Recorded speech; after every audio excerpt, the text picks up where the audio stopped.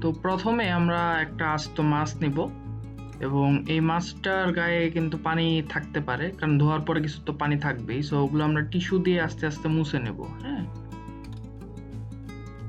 So মুছে নেওয়ার পরে খুবই ধারালো একটা ছুরি দিয়ে দুই সাইডেই কেচে নেওয়ার মতন 3টা দাগ করে নিতে হবে, অথবা স্লিট কেটে নিতে হবে, যেটাই বলেন। তো কেচে নেওয়ার পরে আবার পানি বের হবে মাছ থেকে, তো ওই পানিগুলো আবার টিস্যু দিয়ে মুছে নিতে হবে, কারণ এই রান্নাটাতে কোনো পানি থাকা যাবে না মাছের উপরে। তো আমার এখানে 1 কেজি মাছ নিছি, 1 কেজিতে আমার এই 2টা মাছ আসছে। সো এই 2টা মাছই আজকে আমরা হোল ফ্রাই করব। তো প্রথমে প্রতি সাইডে 1 চা চামচ করে লবণ দিতে হবে। 2টা মাছ মিলাই আমি 1 চা চামচ লবণ দিছি। এরপর 2টা মাছ মিলাই 1 চা চামচ কালো গোলমরিচের গুঁড়া দিব।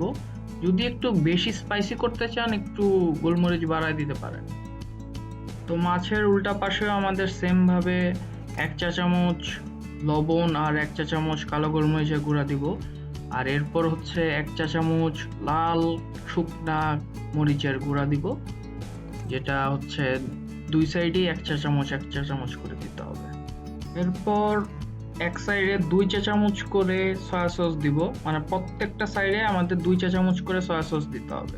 এরপর 1 কাপ কর্নফ্লাওয়ার দিব, মানে এটা সব সাইড মিলাই 1 কাপ, মানে পুরা 2টা মাছের জন্য আমরা 1 কাপ কর্নফ্লাওয়ার ইউজ করব। তো এখন ভালো করে মিক্স করতে হবে যাতে মশলাগুলো একটু ভালোভাবে মাছের সাথে মিশে যায়, এবং যে কর্নফ্লাওয়ারটা ইউজ করছি সেটাও যাতে মাছের সাথে লেগে থাকে, ওইভাবেই আমাদের এটা খুব ভালোভাবে মিক্স করতে হবে। তো মিক্স আপ হয়ে গেলে আমরা 30 মিনিটের জন্য এটা ম্যারিনেট করব, বা 10-15 মিনিটের জন্য ম্যারিনেট করতে পারেন। আমি একটু বেশি ফ্লেভার আনার জন্য 30 মিনিট করতেছি। আর এরপর হচ্ছে আমরা একটা শ্যালো ফ্রাই করব, মানে একদম ডুবা তেলেও না আবার একদম কম তেলেও না, মাঝামাঝি, দুইটার মাঝামাঝি।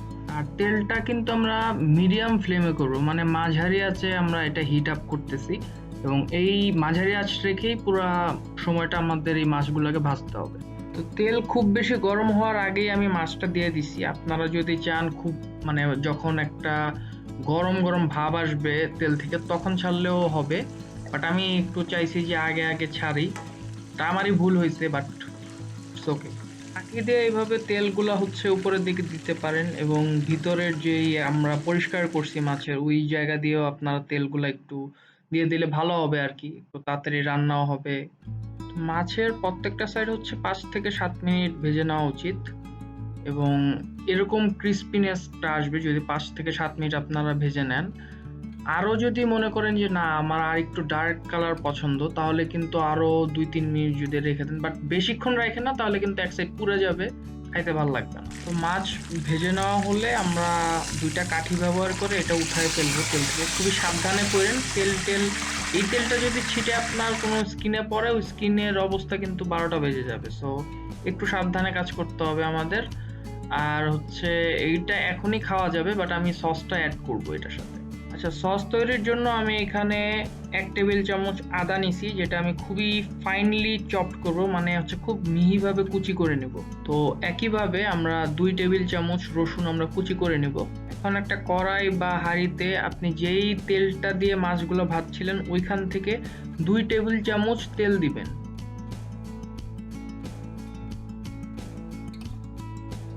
তেলে প্রথমে রসুনগুলো দিয়ে একটু ভেজে নেব, তারপরে আমরা আস্তে আস্তে আদা অ্যাড করব।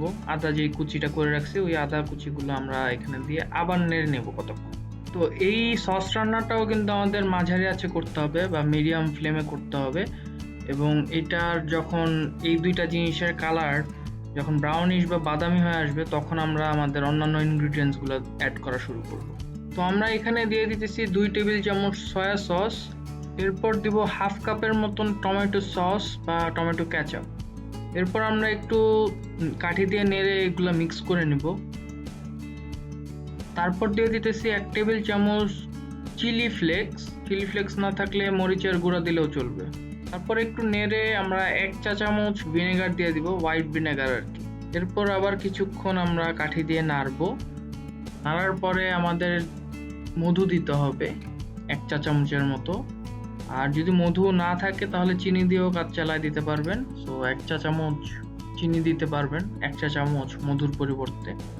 আর মিষ্টিটা আপনাদের উপরে ডিপেন্ড করতেছে, যদি বেশি খান একটু বেশি দিবেন, বাট আমি একটু মিষ্টি কম খাই, so একটু কম দিচ্ছি। এখন নাড়ার পরে আবার আপনারা এরকম 7 থেকে 8টা কাঁচামরিচ এরকম বাঁকানো ভাবে কুচি করতে পারেন, কারণ এটা দেখতে একটু সুন্দর লাগে। আর ঝালটাও আপনার উপরে, যত বেশি ঝাল খাইতে চান এটার সাথে অ্যাড করতে পারেন।